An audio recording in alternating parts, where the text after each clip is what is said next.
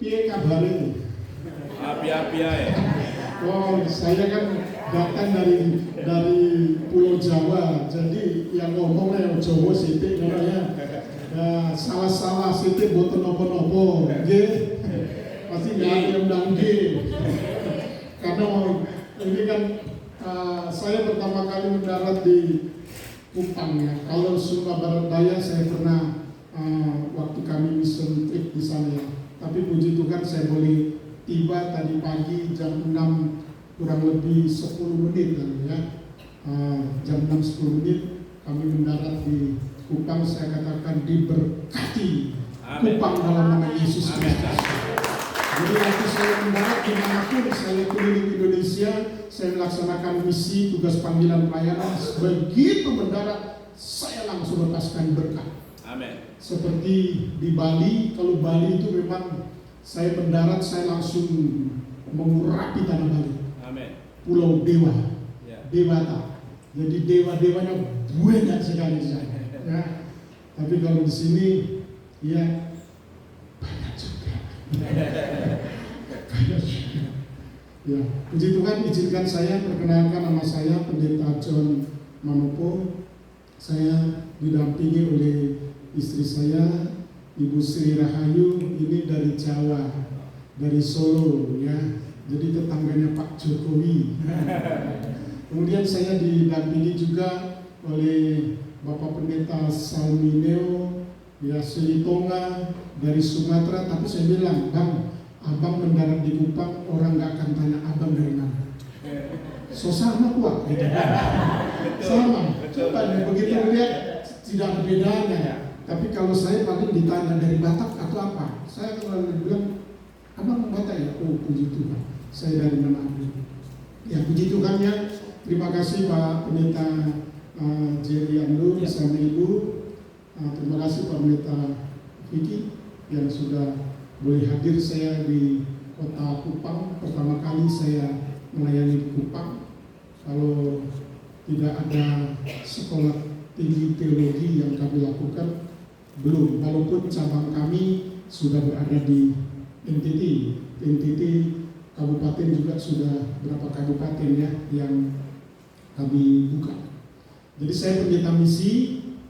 Saya pendeta misi yang ditugaskan oleh Gereja Sinode Gereja Presbyterian Indonesia di Kementerian Hukum dan HAM. Tapi saya bukan pegawai. Saya hanya diutus untuk ditugaskan di sana dan saya memang yang minta.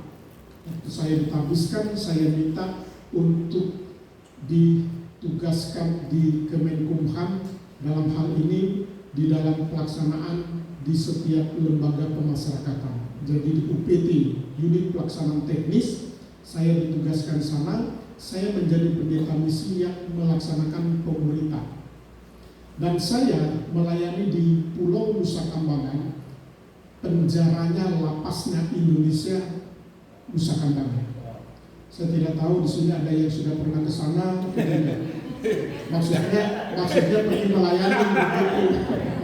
Maksud saya pergi melayani, bukan pergi ke sana. Sekarang lapas sudah tidak seperti dahulu. Lapas menjadi tempat seperti pariwisata. Jadi diperkenalkan. Kalau dulu sistem penjara, kemudian dirubah oleh Dr. Saharjo menjadi lembaga pemasyarakatan. Jadi mereka dikembalikan, dimanusiakan kembali. Ya sudah manusia sebenarnya, betul kan? Tapi karena mereka dianggap sudah tidak berharga. Nah, diangkatlah jati dirinya, harga dirinya oleh Dr. Saharjo, kemudian menjadi lembaga pemasyarakatan, sehingga di sana fungsinya pembinaan. Makanya saya ada di sana dan saya mendampingi eksekusi mati di Nusa Kambangan. Ada juga orang NTT di sana, dan bukan banyak sih, ya ada ya. Saya cuma titip pesan, jangan masuk di super maksimum security atau high risk gitu ya. Saya tidak bisa menggambarkan ya kepada Bapak Ibu bagaimana kondisi, pokoknya ada yang di dalam bawah gitu ya. Dan itu tujuannya untuk membuat mereka patuh tunduk gitu. mendengar perintah dari pemerintah. Makanya sejak dulu penjara, kalau penjara sangat menderita. Kalau dulu lagu Puspes bilang masuk gemuk, pulang kurus. Kalau lembaga pemasyarakatan beda sekarang, masuk kurus, pulang gitu ya. Nah itu gereja melayani. Saya ada di sana. Jadi saya sudah melayani kurang lebih 11 atau 12 tahun. Ya, terakhir saya mendampingi eksekusi mati waktu kasus Bali 9. Ya, dari Australia, namanya siapa? Andrew Chan, terus semua lah sama yang di Afrika. Ya, itu ya yang saya perkenalkan. Jadi saya pendeta yang keluar masuk penjara, tidurnya di rumah. Hampir tiap hari saya keluar masuk penjara tapi tidurnya di rumah. Ya, saya memang memberikan kesaksian ini supaya kita yang ada di luar ya harus jaga-jaga sedikit. Karena kata cuma emosinya nggak bisa ditahan. Cuma 1 detik. Kata cuma 1 detik saya ini ditangkap. Ya, mungkin ini ya kesaksian saya. Kami hadir di sini karena saya memiliki cabang hampir di seluruh Indonesia yang diberikan otoritas dari Kementerian Hukum dan HAM, dan saya sebagai ketua umum dan hadir.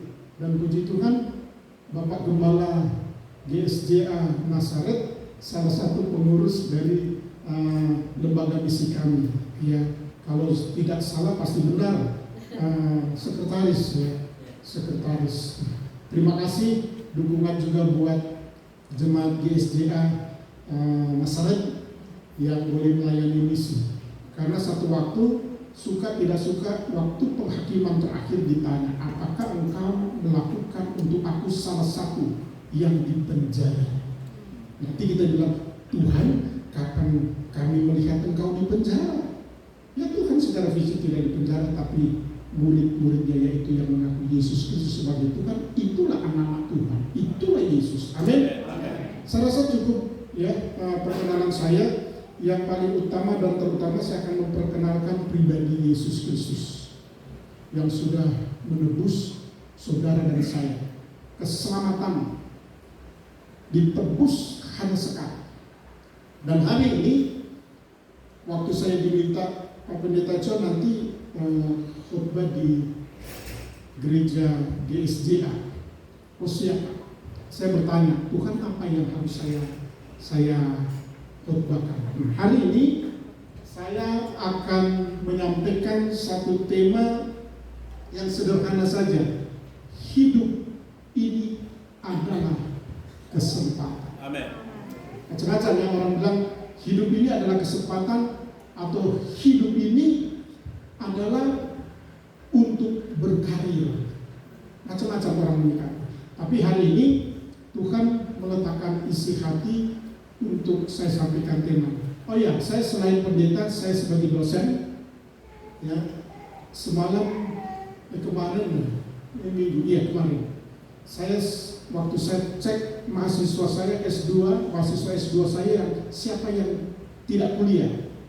Nah, saya juga begitu saya buka, ini ada Pak Pendeta Amel Ato, ambil S2 kan. Oh puji Tuhan ya, Pak Pendeta Amel Ato yang sudah dikenal ya. Sekarang kan kalau mau ingin kenal, bikin sensasi aja, masuk YouTube, langsung viral. Ya, betul. Nggak percaya, harus percaya. Memang dunia sekarang begitu kan. Mau ingin sensasi, langsung. Ya, nah itu saja. Mari kita lihat hidup ini adalah kesempatan. Ibrani 9 ayatnya yang ke-27 dan 28.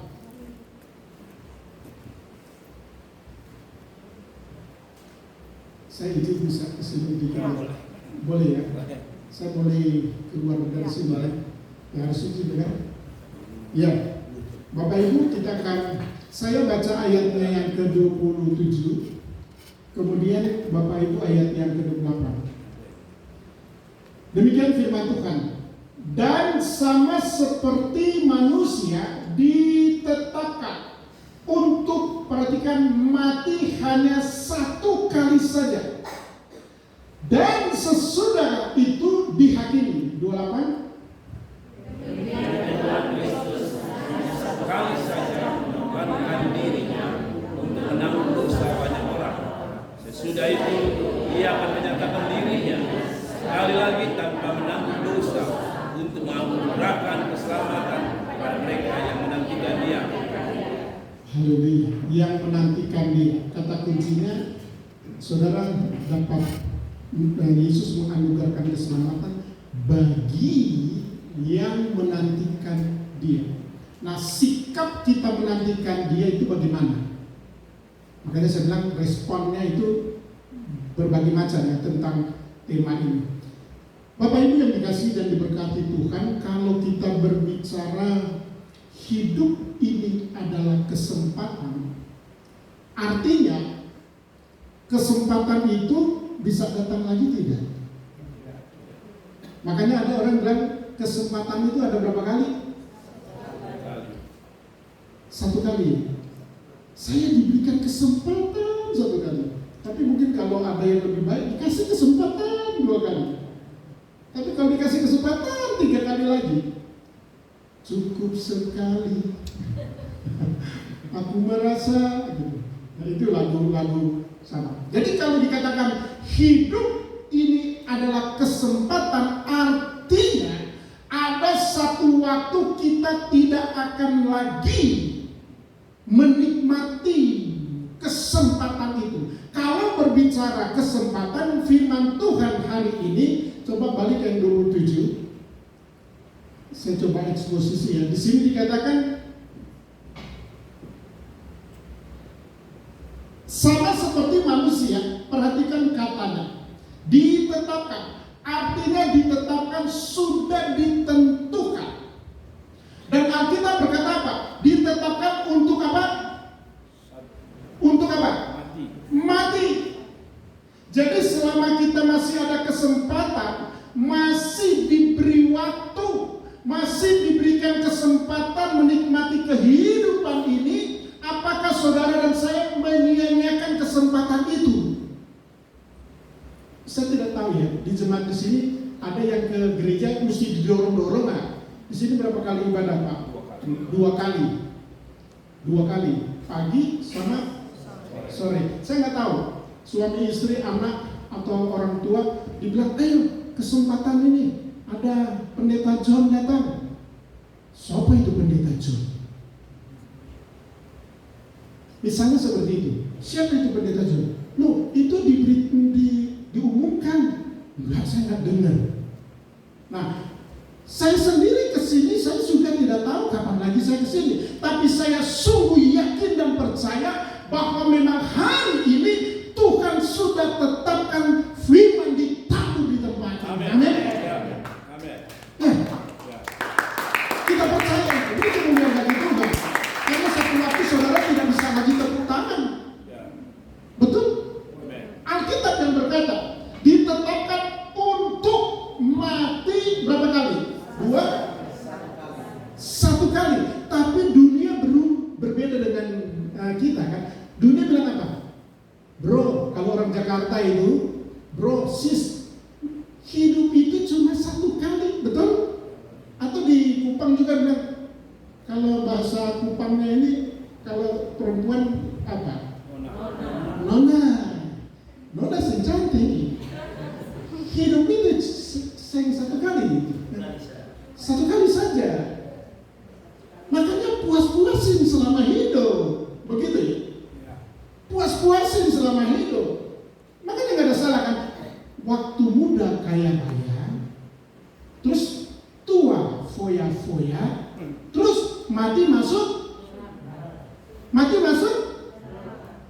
Orang bilang masuk surga. Nggak ada itu.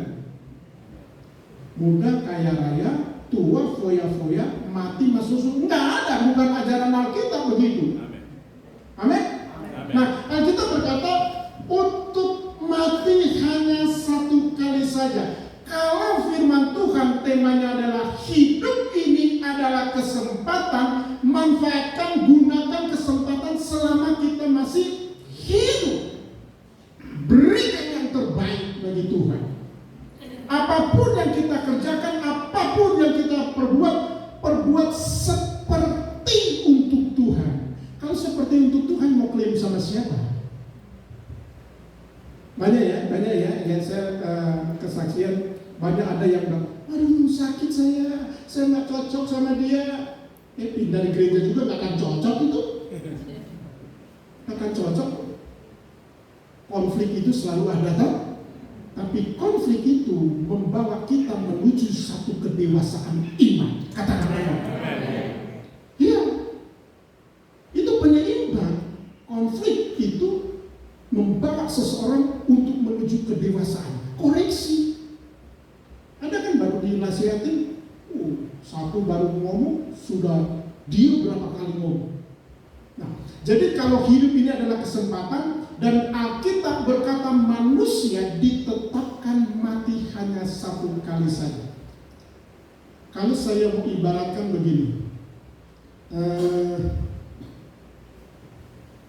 Senin, Selasa, Rabu, Kamis, Jumat, Sabtu, Minggu, kita hari Minggu. Ini hari Minggu ya. Ibaratkan Senin itu usia kita 10 tahun. Selasa 20, Rabu 30, Kamis 40, Jumat 50, Sabtu 60, Minggu 70. Coba buka di Mazmur 90 ayatnya yang ke-10. Ya, ini saya coba mengilustrasikan seumpama Senin itu 10. Ada kan yang 10 tahun anak-anak kita yang sekolah minggu dari usia TK sampai ke kelas 6 ya. Baru nanti di remaja. Kelas 6 usia 11-12 ya. Jadi ya mereka hari Senin itu. Jadi usia sekolah minggu hari Senin. Nih, perhatikan ya, kita lihat di firman. Masa hidup kami 70 tahun dan jika kami kuat. Ini Musa abdi Allah berkata bahwa masa hidup kami artinya ada rentan waktu. Ada rentan waktu. Kalau hidup ini adalah kesempatan, artinya selama kita masih ada waktu, kesempatan kita ada saat ini. Gunakan kesempatan itu untuk menyenangkan hati Tuhan mulai dari keluarga. 70 tahun dan jika kami kuat 80 tahun. Nah, kalau saya mau gambarkan tadi anak-anak sekolah minggu hari Senin ya. Terus ada yang remaja. Ya, hari remaja 20-an. Ini juga ada yang usia 20-an. Selasa mana? Kalau laki apa? Nyong. Selasa. Nah, kemudian ke-30 sudah di hari Rabu. Nah, sekarang kita introspeksi. Kalau saya sudah di usia 59-60 besok, jadi saya sudah masuk di hari ini, itu sudah mau masuk di hari Sabtu gitu. Januari saya 60 tahun. Saya sudah masuk hari Sabtu. Nah, kalau Alkitab berkata 70 tahun, 70 tahun Alkitab bilang. Kong di sana nggak ada bonus kan? Orang Manado bilang nggak ada bonus tuh. Kong kalau so masuk 80 tahun, kong orang bilang bonus. No bonus kan, kalau bonus itu enak atau enggak? Tidak. Kalau masuk rumah sakit, keluar masuk, itu bonus ya? Kan kita kan selalu bilang begini kan, makanya saya bilang ke mahasiswa, jangan dipelintir tuh Mazmur 90 ya, nanti oma-oma kita yang masuk ke usia sana sudah 75 tahun, oma, opa, so bonus 5 tahun. Kok oma bilang, nona padang kita masuk rumah sakit terus? Nangis. Menafsirkan apa? Ya. Dan jika nih. Jadi jika artinya kalau kita bisa menjaga pola makan kita, nah bisa nih. Ya, masuk ke 80 tahun. Jadi dia kembali ke fase yang kedua kan? Masuk kan? Makanya kalau opa-oma kita sudah masuk ke usia 80, sifatnya kayak apa? Ya kembali lagi. Kemarin saya melayani di Purbalingga ya, Banjarnegara, Jawa Tengah. Itu saya melayani jemaat yang hanya 15 kakak. Itu yang duduk di situ opa-oma yang usia produktif itu merantau ke Jakarta. Mereka bekerja dan daerah itu daerah yang dikatakan daerah miskin. Itu pendetanya ngomong. Dan yang hadir di situ 101 tahun. Opa itu 100 tahun tapi masih kekal ini. Kalau saya udah ompong dia masih bagus gitu. Tuh. Terus oma itu 90 tahun. Terus ada lagi yang 80 tahun. Yang 60 nggak dihitung. Nah, Alkitab mau berkata apa? Kalau kita masuk di sini, kebanggaannya adalah ini bangga. Jadi jangan apa ya? Papa mama, udah tua, kasih dibanting jompo bikin susah. Kebanggaannya itu siapa yang bangga? Siapa yang bangga? Bukan nyinggung-nyinggung ya, tapi kalau tersinggung haleluya. Loh iya dong. Kalau ada dia tersinggung, artinya Tuhan sedang berbicara kepada dia. Melalui siapa? Tuhan yang berfirman melalui hambanya. Kalau kita sudah menyembah Tuhan, kita sudah bersorak-sorak bagi dia. Untuk apa? Menyenangkan hati Tuhan. Dan saat Tuhan sedang berfirman, Tuhan sedang berbicara kepada saudara dan saya. Katakan amin. Amin. Jangan dibilang Pak Pendeta John kok singgung-singgung. Saya bilang haleluya kalau Anda tersinggung. Yang paling bahaya, ini yang paling bahaya nih. Firman ditabur, nggak pernah tersinggung. Apalagi loh waktu izin Pak ya, nggak ngomongin suku, nggak, ya kira-kira nggak ada di sini. Kalau ada Monseun G, mohon maaf maksud saya. Ya, saya pernah melayani di Ambon. Nyong, opa itu lebih dulu daripada Ngana.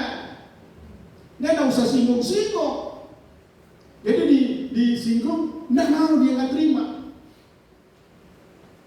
Opa lebih dulu, om lebih dulu daripada Ngana. Ngana masih kecil, opa so majelis gitu. Mau bilang apa? Mau bilang apa lagi? Kalau dia sudah begitu. Ngana masih kecil, masih sekolah minggu. Opa so majelis. No, majelis tuh. Ya kan? Kenapa? Karena keras apa? Keras kepala atau keras hati? Kata Pak Pendeta Jadi, Pastor Jadi, dua-dua. Nggak apa-apa kan khotbah 2 arah kan?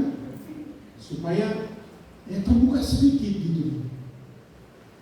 Ya, kita masih ada waktu kesempatan. Saya punya kesempatan dan saya percaya saya memang ditetapkan hari ini untuk firman ini diberi. Amin. Terus kapan saya kembali? Saya nggak tahu. Ya, kiranya kasih anugerah Tuhan. Kita buka sekolah teologi lagi.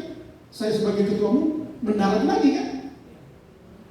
Nah, jadi kalau kita melihat dalam hidup ini adalah kesempatan. Gunakan kesempatan itu selama kita masih ada. Amen. Kenapa yang tadi saya katakan, apa yang keras? Kepala kita yang keras atau hati kita? Orang selalu bilang, memang dia itu keras kepala tuh nyong itu. Keras kepala. Sebenarnya bukan kepalanya yang keras. Kalau kepalanya lembek ya nggak bisa. Nggak bisa kan? Ini kan ada batok kepala kan, batok tengkorak kan? Ya harus keras, kalau tidak nggak bisa.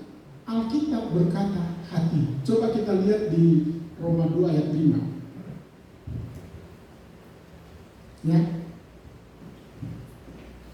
Nah, nih. Tetapi oleh kekerasan hatimu, ini bukan keras, ini kalau Nada bilang ini apa ya? Makanya dibilang ini kan hanya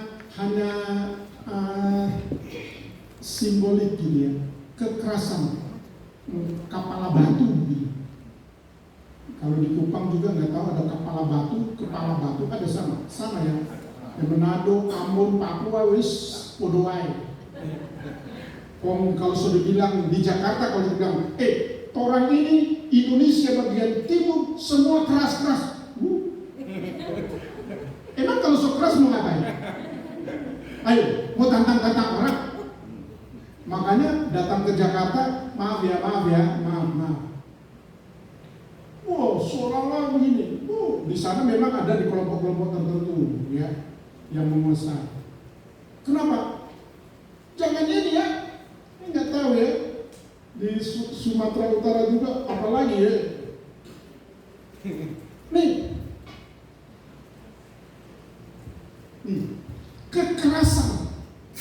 Jadi lebih daripada keras, kekerasan hatimu yang tidak mau bertobat. Nah, akibat orang yang tidak mau bertobat, anak kalimat yang kedua apa? Engkau, nih yang keras hatimu ini, engkau menimbun murka atas dirimu sendiri. Pada hari waktu mana murka dan hukuman Allah yang adil akan dinyatakan. Kalau tadi ayat 28 bahwa Yesus akan menganugerahkan keselamatan bagi mereka yang menantikan Dia. Nah, kalau kita menantikan Dia, apakah hidup kita tidak mau kita diproses? Apakah hidup ini hanya begitu terus? Nggak ada peningkatannya. Dinasehati susah.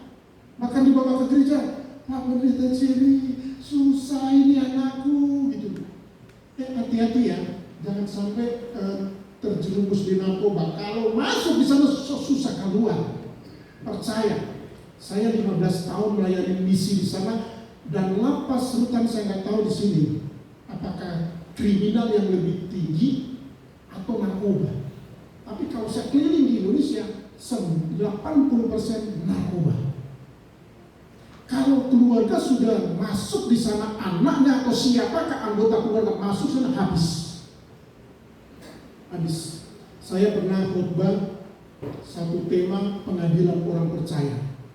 Itu yang hadir itu kapasitas gerejanya itu kurang lebih berapa itu? 2.500 kalau tidak salah. Enaknya kan kalau khotbah di karismatik, kalau ditanya temanya apa? Tuhan bicara apa? Pak Pendeta sampaikan. Nah, kalau di gereja-gereja lain, sudah orang temanya ini. Nggak boleh lari dari tema.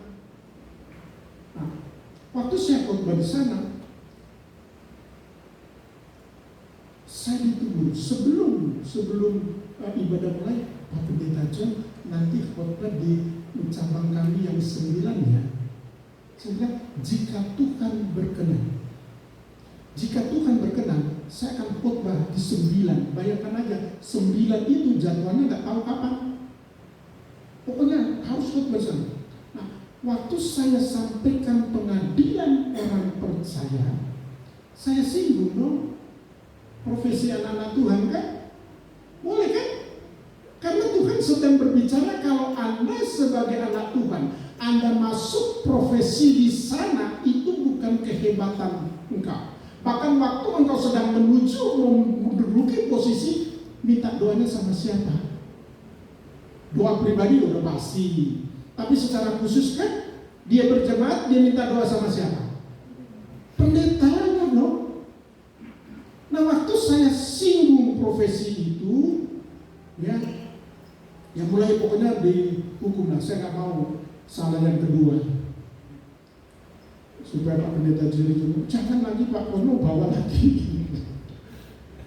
Ya, nah ini saya menyampaikan kebenaran firman Tuhan seperti firman Tuhan mau katakan. Begitu saya sampaikan, dia bilang, Pak Pendeta John, khotbahnya keras. Maunya khotbah yang tentang ini, kita tidak ada bicara tentang eskatologi. Sekarang nanti begitu nanti saudara dan saya akan dihakimi, terus nyalain pendetanya gitu. Pak, kok kami tidak pernah dengar firman ini? Apa gitu? Nah, waktu saya khotbah itu, pengadilan orang percaya langsung bilang, Pak Pendeta kami cabut ya. Sampai saat ini saya tidak khotbah di sini. Saya bilang haleluya. Saya bilang, rekam, kan direkam. Cek lagi, di mana kesana. Jika engkau anak Tuhan, yang Tuhan tempatkan di posisi sana, dengarkan baik-baik firman itu. Sebab kita semua harus menghadap tahta pengadilan Kristus.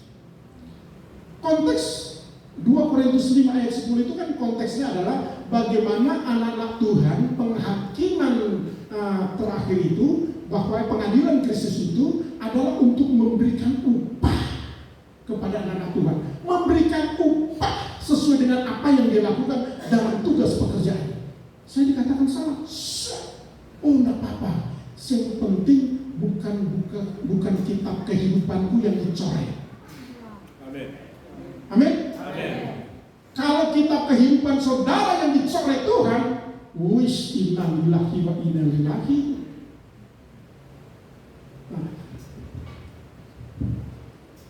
Murka atas dirimu sendiri. Apa? Waktu orang ini keras untuk bertobat.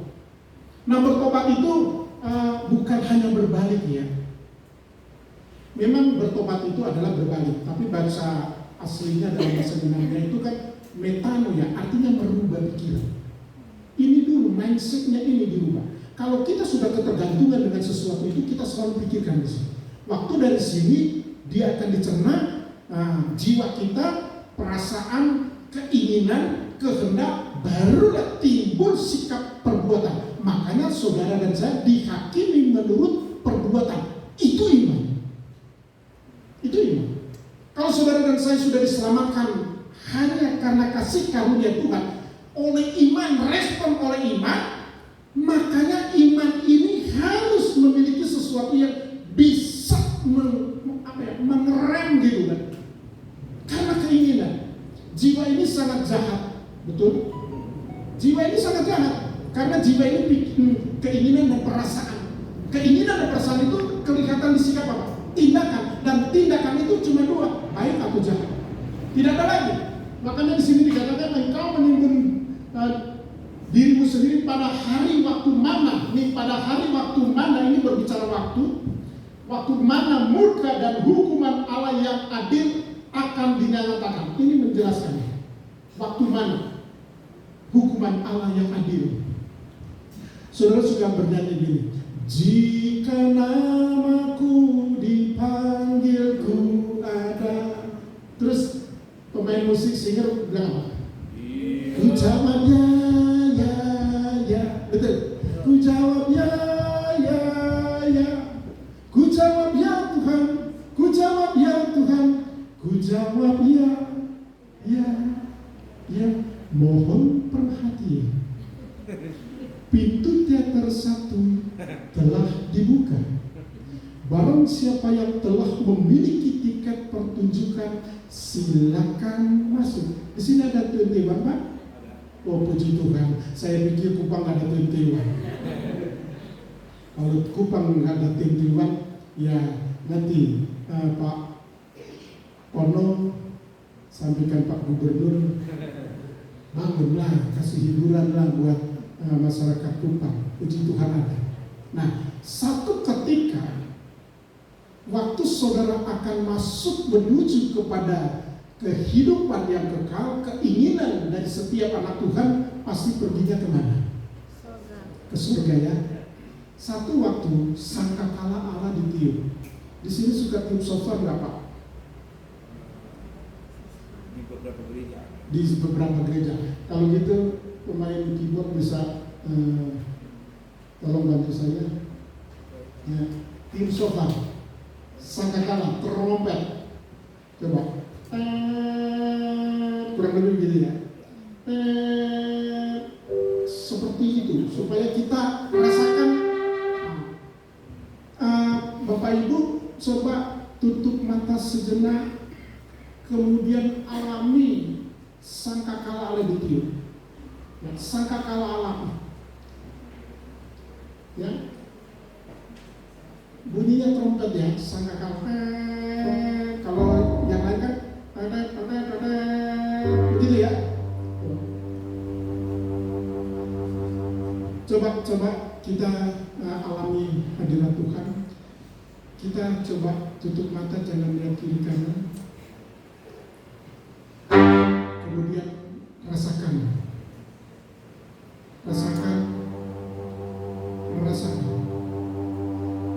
merasakan apa yang kau alami saat sekarang ini. Apa yang kau alami saat sekarang ini. Jika sangkakala Alebitio, kemudian nama saudara dan saya dipanggil. Kalau saudara sering memuji dan menyembah Tuhan dan menyanyikan, jika namaku dipanggil, ku jawab, ya. Alami dalam hidupmu, rasakan dalam hidupmu. Apakah saya benar-benar sebagai anak Tuhan? Sebagai anak Tuhan, sudah melakukan kasih itu dalam hidup kami. Jika engkau belum mengasihi keluargamu, engkau belum mengasihi suami, istri, anak-anak, orang tua, ataupun kalau hari ini ada yang kau katakan, saya tidak akan mengampuni dia, maka jika engkau berkata, sampai saya mati pun saya tidak akan ampuni dia, karena sudah melakukan perbuatan yang menyakitkan hati.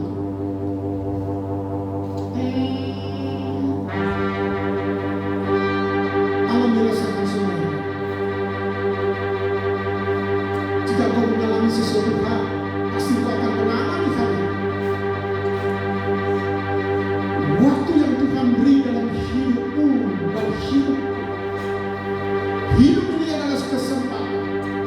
Jangan engkau pernah membuat sesuatu hal yang seharusnya engkau lepaskan pengampunan itu, namun kau tidak mengampuni, Allah pun tidak akan mengampuni. Dan jika pintu surga dibuka, mohon perhatian, pintu surga telah dibuka. Barang siapa yang telah memiliki tiket bertobat, silakan masuk. Alami ini dalam hidup.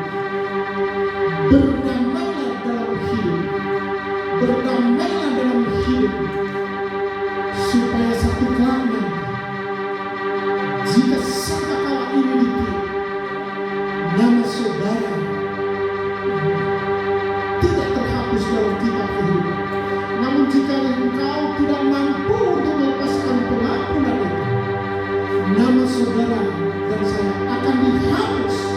Dan Alkitab berkata, jika nama saudara dan saya tidak tercatat di dalam kitab kehidupan itu, maka saudara dan saya akan dilemparkan ke dalam lautan api yang menyala. Haleluya. Haleluya. Haleluya. Ya. Apa yang saudara rasakan? Kalau saudara merasakan memang betul ada dalam hidup saudara, ingat firman. Oleh karena kekerasan hatimu yang tidak mau bertobat, engkau sedang menimbun murka atas dirimu sendiri, di mana murka dan hukuman Allah akan dinyatakan. Kalau tadi kita membaca Alkitab dalam Ibrani 9 ayatnya yang ke-10, di situ dikatakan dan sama seperti, coba ditampilkan, sama seperti Kristus Yesus ya.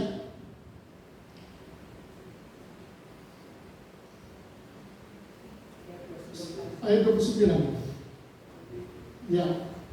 Ini jadi setelah mati dihakimi, ya. Ayat 28, perhatikan nih. Demikian pula Kristus hanya satu kali. Kalau manusia ditetapkan mati hanya satu kali, setelah kematian itu kita tinggal menunggu dihakimi.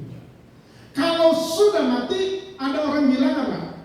Sudah selesai? Belum. Waktu saudara dan saya mati belum selesai. Saudara masih masuk di 2x1 adalah kuburan, tempat peristirahatan terakhir. Kalau masih hidup kan masih bisa kesana kan? Kita masih pindah ke sana, pindah ke sini. Tapi kalau sudah mati, tempat peristirahatan terakhir. Makanya Alkitab berkata dalam Wahyu 13 ayat 14, berbahagialah orang yang mati dalam Tuhan. Mati dalam Tuhan. Kenapa? Karena mereka nanti boleh beristirahat dari jerih lelah mereka. Betul? Selama kita hidup, letih, lesu, kan? Capek? Ya.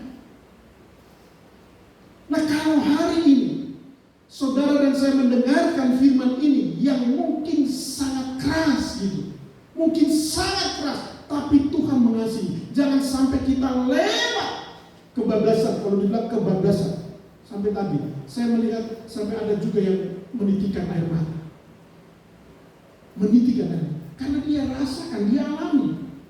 Selama ini dia simpan dipendam. Hati-hati memendam sesuatu perasaan, itu jadi penyakit. Kalau sudah jadi kanker sampai ke stadium 4 atau sadar itu stadium 4, sudah tinggal tunggu waktunya. Nah, begitu tunggu waktu, Alkitab berkata mati hanya satu kali. Jadi artinya kematian itu adalah pintu untuk masuk kepada kehidupan yang kekal. Amin. Beri kemuliaan bagi Tuhan. Kita harus tahu bahwa waktu saudara dan saya mati, persoalannya saudara dan saya mati di dalam Tuhan atau di luar Tuhan. Ini yang menjadi persoalan. Kalau engkau mati di luar Tuhan, wow, betapa sengsaranya kita. Tadi yang saya gambarkan, 7 hari, Senin, Selasa, Rabu, Kamis, Jumat, Sabtu, Minggu. Saya sudah, di sini ada yang sudah masuk usia 70, ada sudah hari Minggu, opa oma, ya saya masih 1 hari, tapi kematian itu tidak ditentukan muda atau tua. Amin. Karena itu apa? Otoritas Tuhan. Tidak ada yang tahu. Karena itu adalah kuasa Tuhan untuk dinyatakan. Nah, kalau firman ini mau berkata hidup ini adalah kesempatan, jangan buang-buang kesempatan selama saya masih diberi waktu kesempatan. Untuk apa? Bertobat. Ya. Ada juga orang Kristen ibadah ini setelah pergi ke, kalau di sini dibilang orang pintar itu apa? Dukun. Kalau pergi ke orang pintar, yang datang orang apa? Bukan saya ngomong. Bukan saya kan? Orang guru. Saya ngajar okultisme. Saya dosen okultisme. Ya, yang saya ironis sekali, saya ngajar di Kalimantan itu suku Dayak ya. Wow, saya bilang sebelum saya sampaikan materi sebagai dosen okultisme, angkat tangan yang masih bermain dengan kuasa kegelapan. Angkat tangan, tidak ada yang angkat tangan. Sekali lagi, jika ada yang masih bermain-main dengan okultisme tapi mengaku-ngaku pengikut Kristus, apalagi menyandang sebagai anak Tuhan, angkat tangan. Tidak juga. Ya, ketiga kali kan? Kesempatan 3 kali, nggak ada lagi. Sekali lagi, terakhir. Panggilan terakhir. Nah, kan begitu kan? Panggilan terakhir. Pesawat Garuda Indonesia yang akan menuju, penumpang yang menuju ke Jakarta, panggilan terakhir disebut tuh Nona, Grace, apalah. Mohon segera naik pesawat, karena pesawat kalau enggak ditinggal enggak? Tinggal. Saya pun dia selesai berangkat dia baru datang. Faya Cordios ya. Faya Cordios. Nah, ini yang harus kita lihat dalam hidup ini. Kalau kita masih diberi waktu kesempatan, gunakan kesempatan. Kalau Alkitab mau berkata, ya, hanya satu kali saja mengorbankan dirinya. Yesus mati di kayu salib hanya satu kali. Untuk apa? Menukar. Jadi salib itu adalah pertukaran. Ya, dosa ditimpakan kepada yang tidak berdosa. Yesus yang tidak berdosa dibuatnya berdosa karena saudara dan saya. Amin. Nah, makanya sadari waktu saudara berdosa, upah dosa adalah maut, dan maut itu adalah kematian, dan kematian itu terpisahnya dengan Allah. Makanya jangan keras-keraskan hati. Kalau sadar, minta ampun. Jangan Senin, Selasa, Rabu, Kamis, Jumat bikin dosa, hari Minggu kan ada. Nah, kalau mati kita sebelum hari Minggu, ayo, kemana kita? Nah, ini firman. Makanya saya bilang, kalau kita sudah masuk di hari Minggu, wow, tinggal tunggu-tunggu kan. Alkitab yang ngomong, pendeta John cuma menyampaikan. Nah, terus masih mau keras kepala, keras hati. Bahkan dia bilang, jangan, sampai kita mati, kita tidak bangun ini, bawa itu. Bawa. Bapak Ibu yang dikasih dan diberkati Tuhan. Kira-kira waktu kita mati, itu yang jemput itu siapa? Malaikat surga atau malaikat kerajaan maut? Nggak tahu ya di sini ya. Di sini nggak tahu ya. Kubur-kubur di sini bagus-bagus nggak? Bagus ya. Rumah-rumah di sini bagus nggak? Nggak usah jauh. Nggak usah jauh. Mohon maaf ya. Ini kalau mau bagus, mau enak, maaf sekali. Ini kan cuma tradisi turun-temurun toh.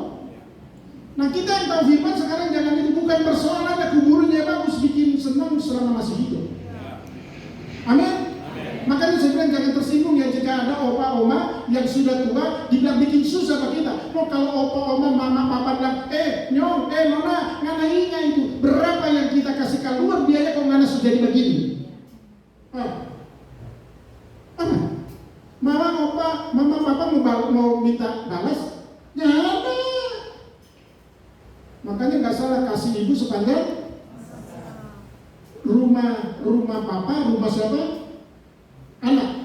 Rumah anak, rumah papa, mama? Nggak ada. Tapi kalau minta warisan, minta sama siapa? Belum mati juga sudah minta kan? Haleluya. Haleluya. Hidup itu adalah kesempatan. Berbuat baik selama kita masih diberi waktu. Kasih senang papa mama waktu masih hidup. Bukan kita nggak setuju. Setelah tahu firman Tuhan bahwa ini kan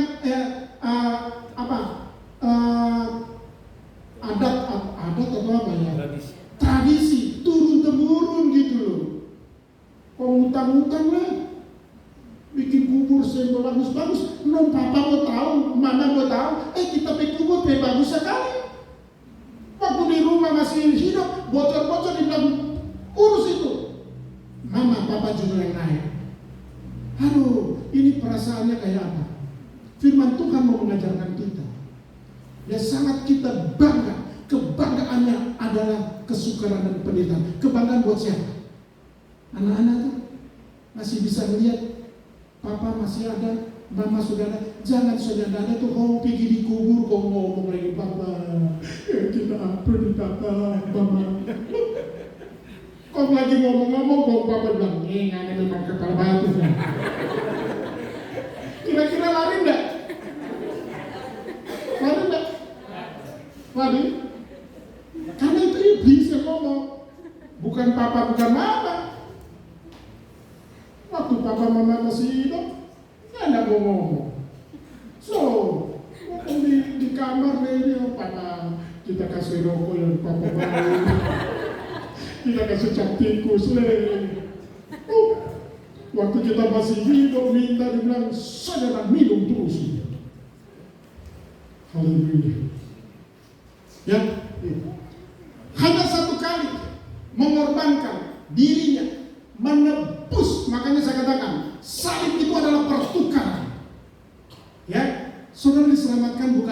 saudara. Tapi waktu saudari tabus dengan harga yang mahal, bukan dengan emas perak, Alkitab berkata demikian, tapi dengan darah. Makanya jangan sia-siakan, jangan buang-buang waktu, jangan obral-obral keselamatan itu. Apalagi ketemu dengan nona bakudapale, dengan orang Jakarta, soparlete begitu kan. Orang yang datang bilang, nona kita udah lama. Kong dia bilang apa? Tahu tanya, beda keyakinan.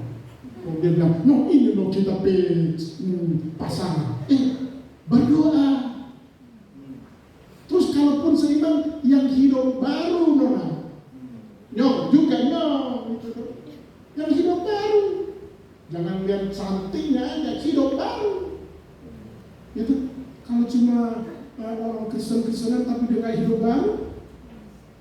Maksudnya hidup baru itu kan sudah lahir baru, sudah tahan kan dalam susah dan duka. Ya, kalau makan satu piring berdua, kalau sudah diberkati jadi berkata, amin. Ya. Nah, yang terakhir. Sesudah itu Yesus akan menyatakan dirinya sekali lagi. Kata menyatakan, akan menyatakan, artinya kedatangan Yesus yang kedua kali tidak ada yang tahu. Ya. Makanya kita berjaga-jaga. Kita harus membangun iman kita. Bangun iman kita dengan baik. Dia bertumbuh, dia berakar dan bikin berbuah yang baik. Berbuah yang baik. Nah, kalau jadi orang Kristen, buahnya apa? Buahnya apa? Buahnya apa? Galatia 5. Buah-buah roh. Satu buah 9 rasa. Kalau di sini ada toko buah apel 9 rasa. Ada? Kalau minuman mungkin ada ya. Minuman apa rasanya masam apel, jeruk, bla bla bla bla. Kalau buah roh, satu buah roh 9 rasa. Kasih, sukacita, kesabaran, lemah lembut, kemudian apa lagi? Apalagi? Damai sejahtera. Sampai yang paling tinggi adalah pengendalian diri, penguasaan diri. Kalau bakalai kasih diam dulu, satu bagian sudah sokelar nana. Kalau dia sokelar baru nana. Nggak juga terjadi konflik ini keluar yang satu supaya iblis jangan masuk urusan dia. Amin. Untuk menganugerahkan, menyatakan dirinya sekali lagi tanpa menanggung dosa, nggak ada Yesus datang kedua kali menghakimi. Betul ya? Ingat baik-baik ini ajaran kekristenan menghakimi. Jadi kedatangan Yesus yang kedua menghakimi, tidak akan menanggung dosa.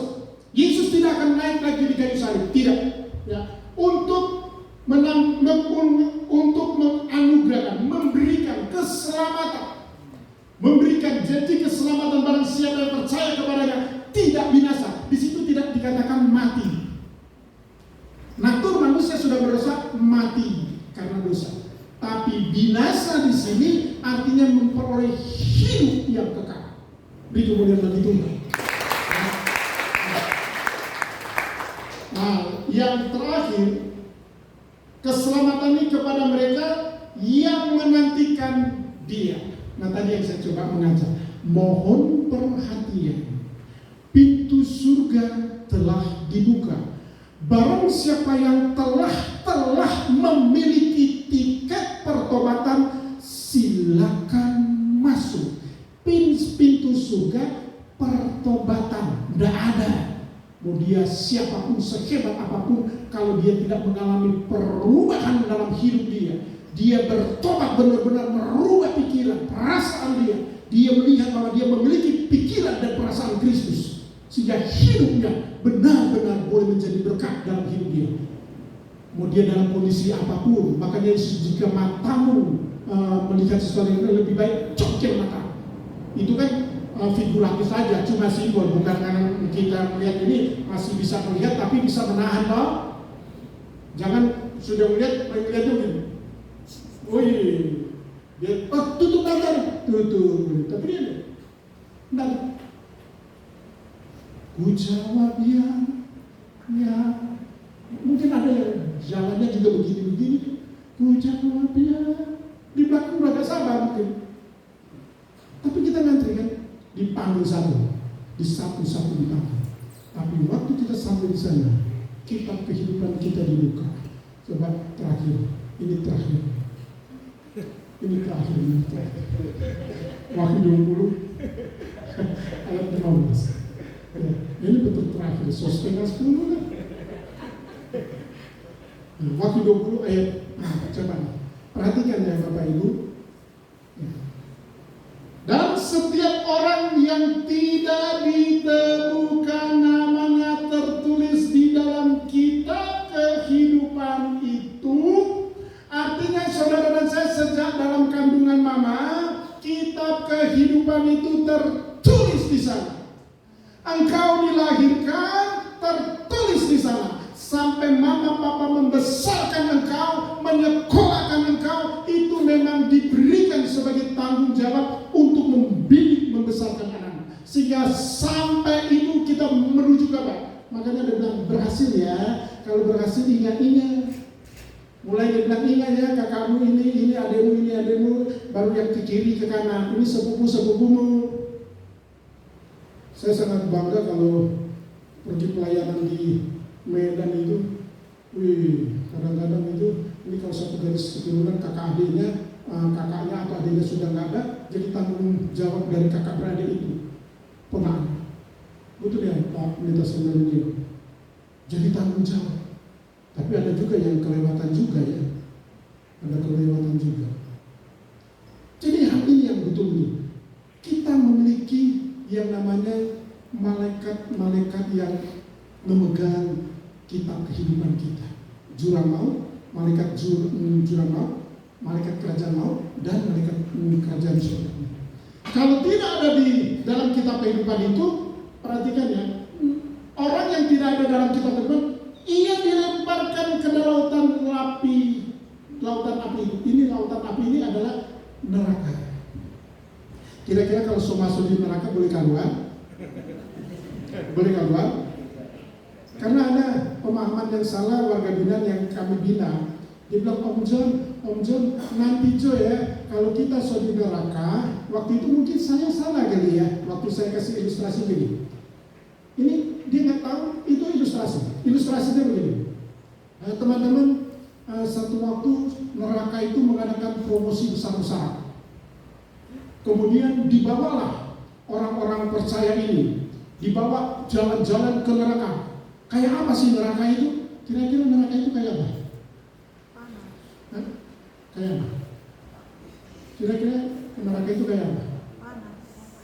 Udah pernah ke neraka?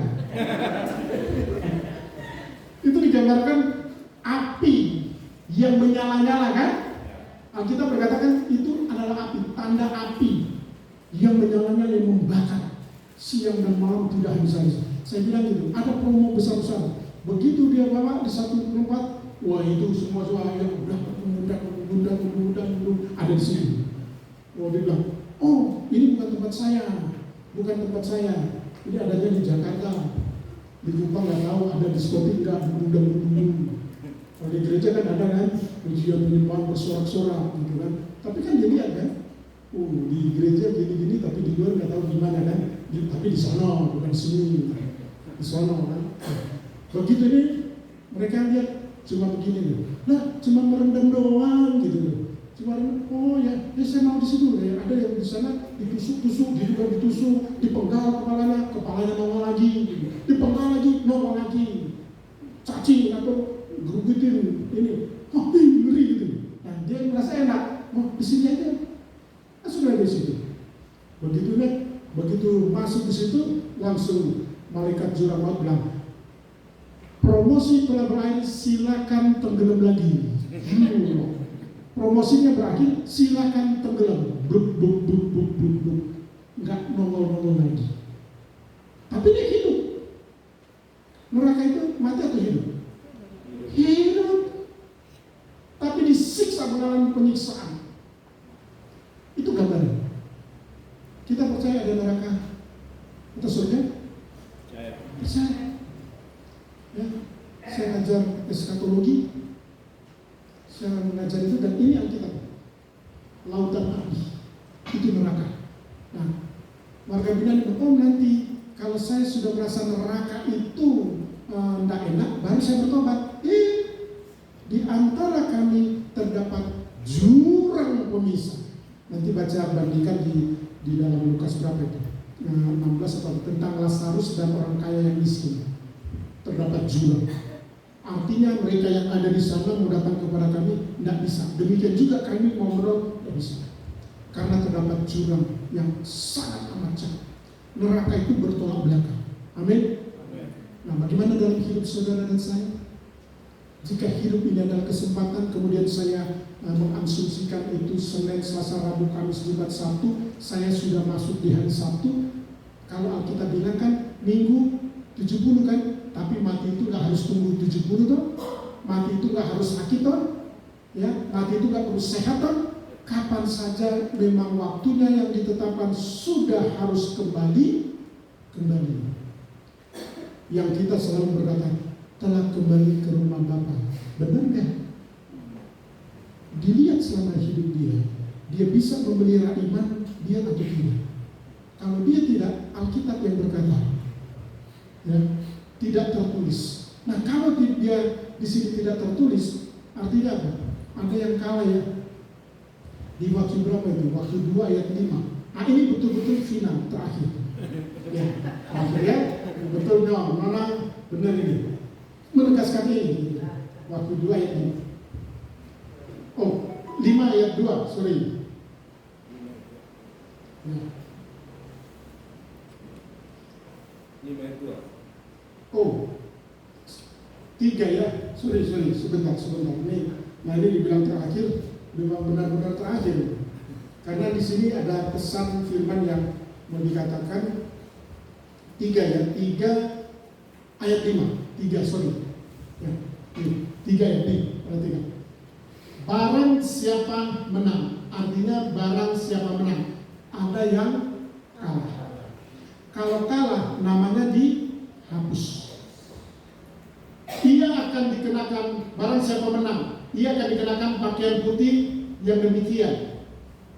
Yesus tidak akan menghapus namanya dari kitab kehidupan. Kalau Wahyu 20 ayat 5, jika nama saudara dan saya tidak tertulis di dalam kitab kehidupan, ia dilemparkan ke dalam lautan api.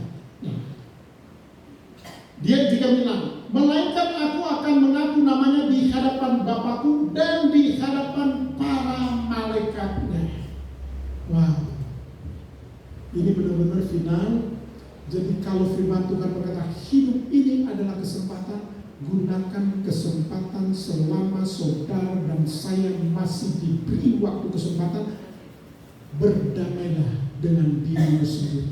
Waktu saya dan saudara sudah bisa berdamai dengan diri sendiri, saya bisa mengasihi. Bisa mengasihi sesama. Jangan-jangan kalau ada di sini jemaatnya, oh kalau dia masuk pagi, saya nggak mau masuk siang. Kebiasaan kan, Bapak kalau duduk di situ kan pasti jemaat kan kebiasaannya kan gitu. Kalau sudah duduk sini, ya duduk situ. Dia datangnya duduk situ. Jemaat yang lain itu punya teman. Tapi kalau nggak ada coba, Bapak itu mana? Ibu itu mana? Biasanya duduknya di situ. Oh nanti sore juga nggak datang. Gunakan ini dalam kehidupan saudara-saudara. Ambil waktu, berdamai dengan dirimu sendiri, karena hidup itu adalah kesempatan. Dan jika nama saudara dan saya dipanggil, tertulis di dalam kitab kehidupan, dan saudara dan saya itu apa yang dikatakan dalam Wahyu 3, saudara menang. Godaan apapun, saudara menang, karena saudara sudah ditebus oleh Kristus. Yesus sudah menyelamatkan. Mari kita musik, ambil bagian. Saudara